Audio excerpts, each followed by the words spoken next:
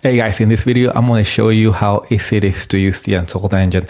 We are going to be doing a very simple, I would call it a mini game, with the purpose for you to get acquainted with the API. We are going to be using the rendering system, the physics system, animation system, the input system, and just show you how easy it is to combine all of them.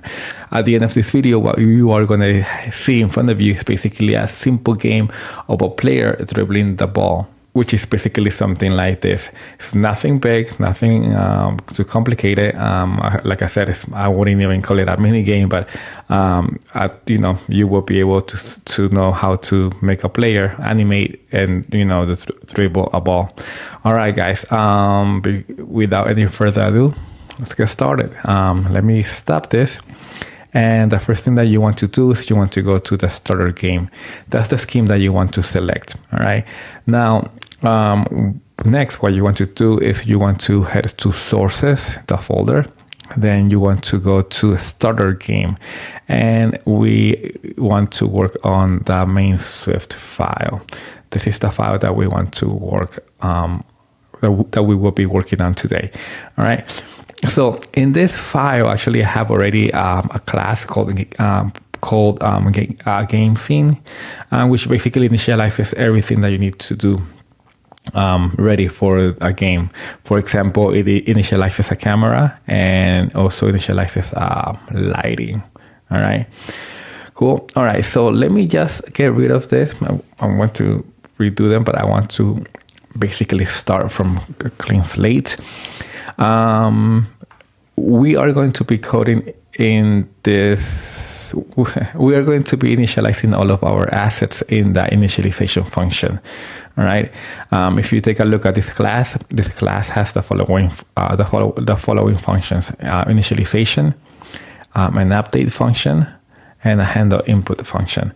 All right. So we're going to be making use of all of these three. All right. So obviously, for us to render our game, we need some 3D assets and animations. And where are they going to be at? The Untold Engine, when you install it, it's going to come with some default models that I'm providing for free. And if you head to sources, Untold Engine, resources, you will see several folders such as animations and models. We're going to be referencing some of these models as we develop our little mini game. All right. So first thing first, let's get started. We want to render a stadium, a player, and a ball. All right. So we need to create entities. Once we have the entities, we are going to link meshes to those entities. All right.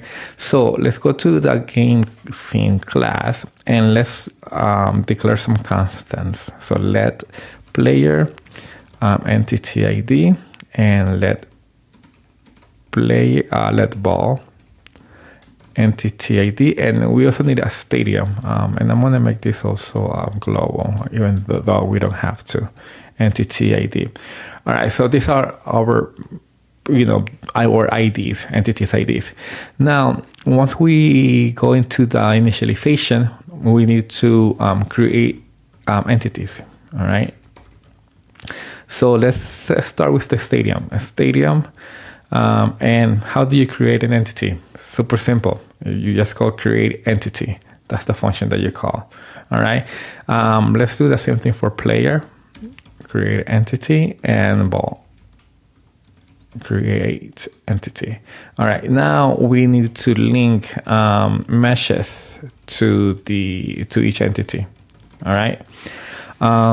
So let's start with the stadium first. So the function that you want to use is called set entity mesh. All right. Set entity mesh. And then you need to provide the entity ID. In this case, it's going to be stadium. The file name is going to be soccer stadium. All right. Soccer stadium. And then USDC. Let's play this.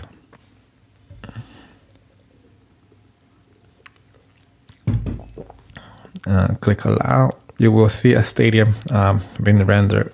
Now, let's do the same thing for the ball. Set entity mesh. Oh no, sorry. Set entity ball. Again, the file for the ball is going to be ball. That's the file name. And then this is the extension.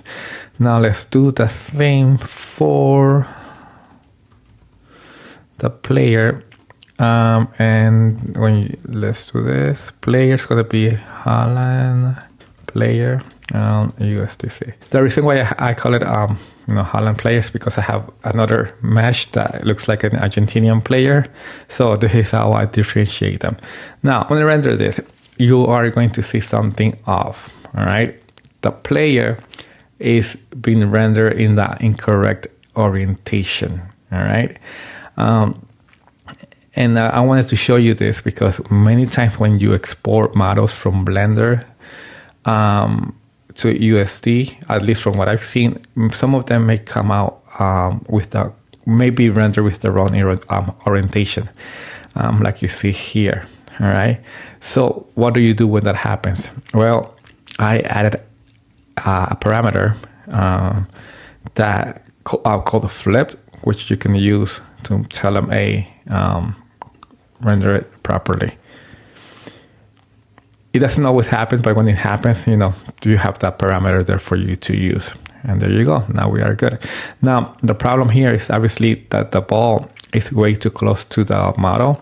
So we need to move them, separate them a little bit. So this is a good segue to how to use the transform system, right? So to do that, we need to move the ball. So we are going to use translate by will be ball, and we need to provide a position. So let's do set flow 3. Let's move it up a little bit, and let's move it forward. All right. And when we do this, let's see what happens.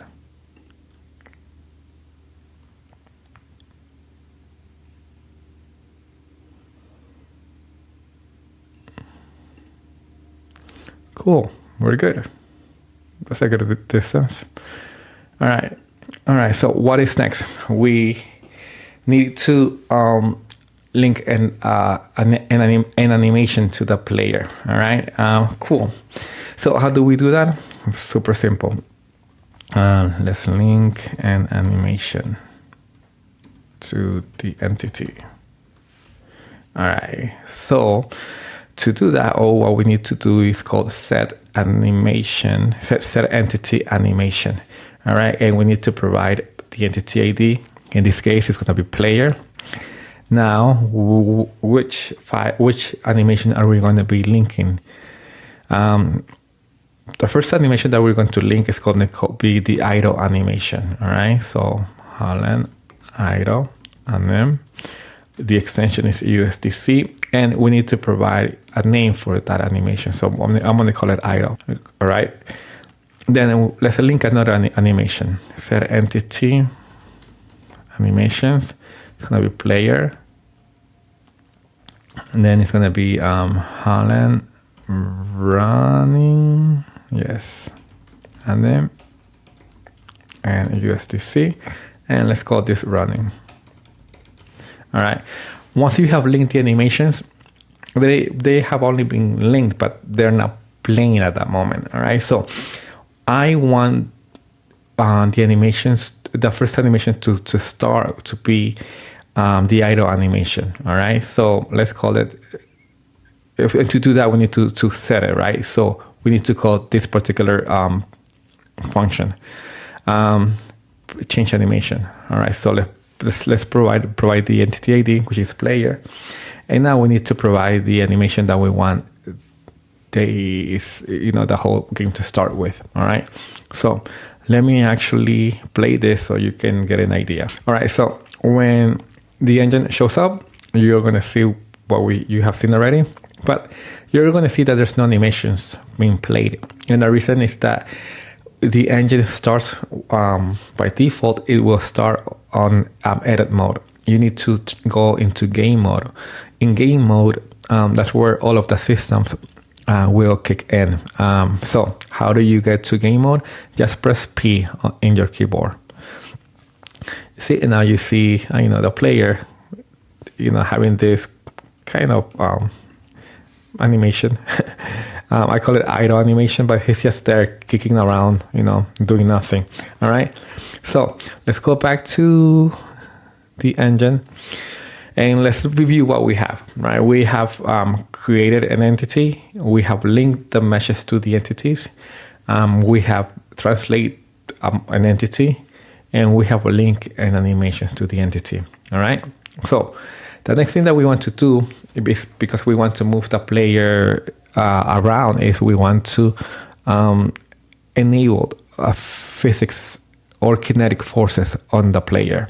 All right, so let's do that. Enable kinetics or physics system, if you want to call it. All right, so how do we do that? Well, we follow the same pattern. Set entity kinetics, and we do that to player. This means that now the player will be, external forces will affect the player as he moves around. All right, cool. So having done this, let's go into the update function. All right, and we are going to do something very simple so you can get an idea. All right, we are going to be using a function called steer2, and this function will move the player from point A to point B. All right, so again, let's provide the entity. Let's provide the actual target position, right?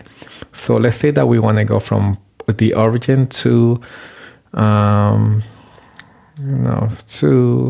units to the in the X direction, 0 in the Y direction, and let's make it 5 units in the Z direction. The maximum speed, I'm going to set it to 2, and then I'm going to use my delta time from my update function. And this is incorrect. It should be like that, delta time. All right. So what's going to happen is that when we press P, when we go into game mode, the player will start moving towards a position. All right, so let's do this. All right, so I'm gonna go press P, and when I do this, the idle animation will kick in. Remember, because we set that animation, and the player should move to that new location. And there you go. All right, so let's fix this because there's so many issues here. One of the issues that I can tell right away is that the ball did not follow the player. We want the ball to follow it, right? So let's set a parent-child relationship here. All right, so set parent. I want the ball to be the child of the player. All right, and when we do this, let's see what happens. And there you go. The ball now follows the player. All right. Now you'll notice that the ball is not rotating, right? So let's make it rotate. It should be something very simple. Let's call rotate by ball. Let's rotate it 5 degrees, yes. And the axis needs to be along the x-axis, right? So let's say get right axis and for the ball. All right, so simple as that, and we should see the ball rotating. All right. And there you go. See, the ball's rotating. Now, there are some issues, obviously, right? The player is not, it's not changing the animations. That's one thing. And we need to we need to change that. So why don't we do the following? I'm going to set up a variable. Let us start moving. And it's going to be a bool, all right? And let's set it to be false, all right? Basically, this variable is going to be a flag that will detect whenever we are pressing the WASD keys, right? So if I go into our handle input input function, what I did is that I'm basically testing if any of the A, W, S, or D key are being pressed. If so, I change the flag to the proper Boolean. All right. So what are we going to do with this? Well, now in the update function, we're going to test whether that variable Boolean is true or false. All right. And depending on that, we're going to change animations and pause any kinetic forces. So let's do that. So if start moving else. All right. So here, if we're not moving, right, I want to change my animation to be idle, right? If we are moving, I want animations to be the player to be running. All right, that's what I want. So actually, let's do that. Let's test it. Let's see if our logic is correct. So P. If I if I press WSD key, you're gonna see that the player is actually, running. All right. Now there's a problem though. When we're not moving, we want all of the kinetic forces to stop affecting the player. All right. So I'm gonna call pause physics component. I'm gonna assign that to the player, and I'm gonna say yes, I do want you to pause. All right. And we don't want anything else to be played, so we want to return from there. When we are actually moving, we want to unpause. And this is going to be false. All right, so let's do this. Allow P. The players are moving, but the idle animation is being played. I'm going to press W. And we see the guy moving. You see that? Cool. Awesome. So now there's one more thing that we need to work on. And that is the fact that even though we are pressing the WASD keys, there's no directions being applied. So we need to fix that. All right. So let's do that really quick. All right. So what we're going to do is that we are going to be making use of our input system. All right. But before we do that, we need to get something from the player. We need to get a new position. So let's create a new variable. Let's call it new position. It's going to be a SIMD float3. And here we're going to get position player. This function will basically give us the current position of the player. All right. Now let's make use of our steering system. Let's say if input system that key state that W, right? If we're pressing the W, what do we want? Well, we want to modify the Z component of our new position. All right, now if the S key is being pressed, we want to modify it as well. So new position that Z, we need to decrease that. All right. So let's do the same for the A key.